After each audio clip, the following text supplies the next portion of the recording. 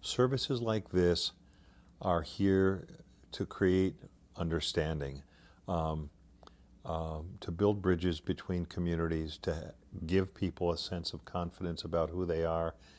And clearly, while I believe we've made a lot of progress in my lifetime, and I see people much more accepting of folks who identify as lesbian, gay, bi, trans, genderqueer, intersex, whatever the terms be, there's still a lot of misunderstanding and an unwillingness to understand.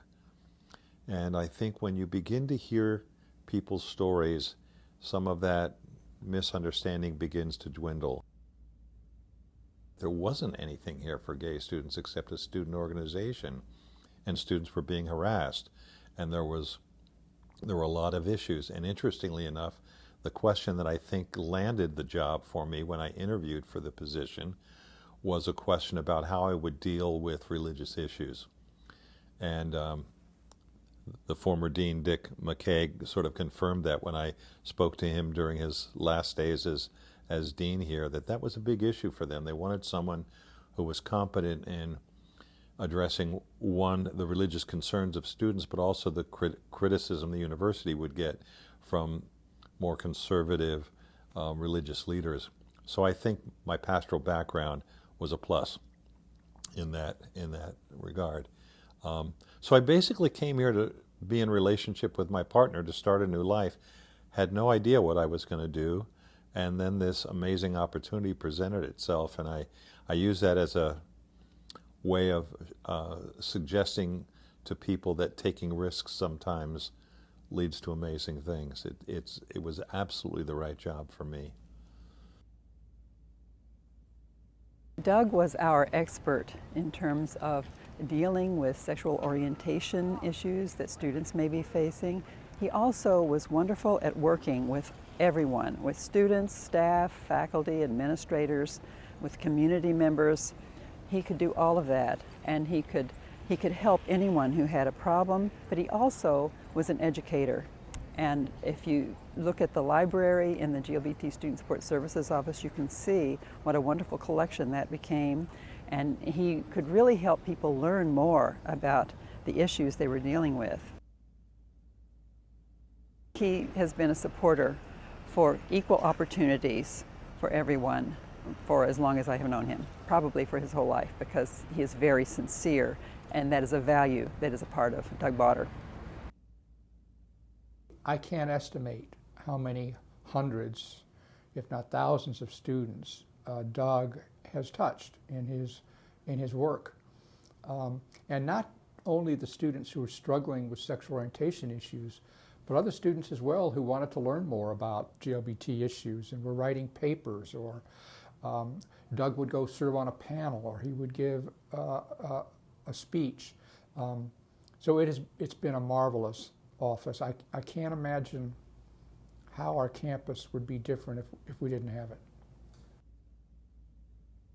Love telling people I like to go home on a weekend and just not be gay, because I'm a professional gay man, you know. So I love biking on the trail, and it's always fun to see people I know from around the community. Farmers market on a Saturday morning is pretty much a routine. I'm a person of faith, and so being a part of a faith community has some meaning to me, and I sing in the choir at the St. Thomas Lutheran Church.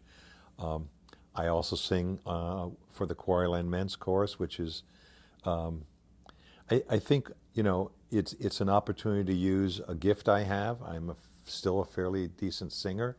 I love music, and I realize music has the power to transform people.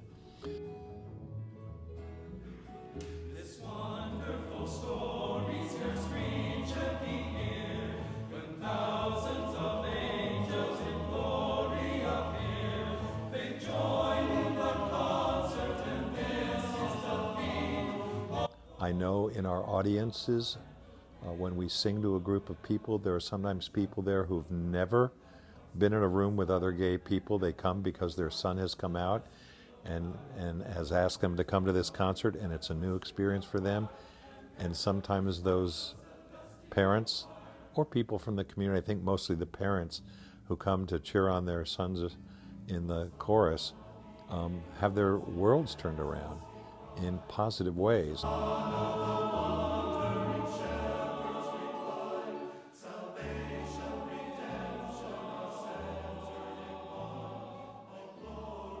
It includes everybody. It's a real community-oriented chorus, but it's very much a supporting chorus for the rights and fairness and appreciation of the GLBT community. Every November, people nominate individuals and groups, both at IU and here in Bloomington, to receive the GLBT Spirit Award. And this year, the recipient is our own artistic director, Barry McGee, my colleague and my friend.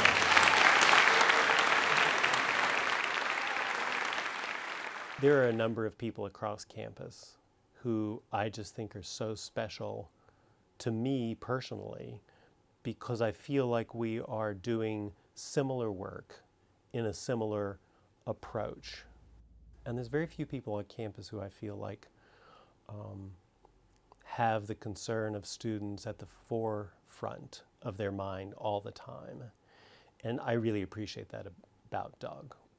And so I think that that's going to be part of his legacy, is that students are always first with Doug. We can empower people to tell their stories, which I think we've done a good job of over the years. That's what breaks down the walls. I think that's what has speeded up the whole marriage equality movement, because people have attended a wedding for the first time of a gay friend, and it's like, wow, this was amazing. And there are people who refuse to do that, but I think as more and more people tell their stories and come out, it enriches us all. It makes for a realization that the world is full of all kinds of different people, and there's a lot of goodness in that difference. So I think that would be my closing sermon.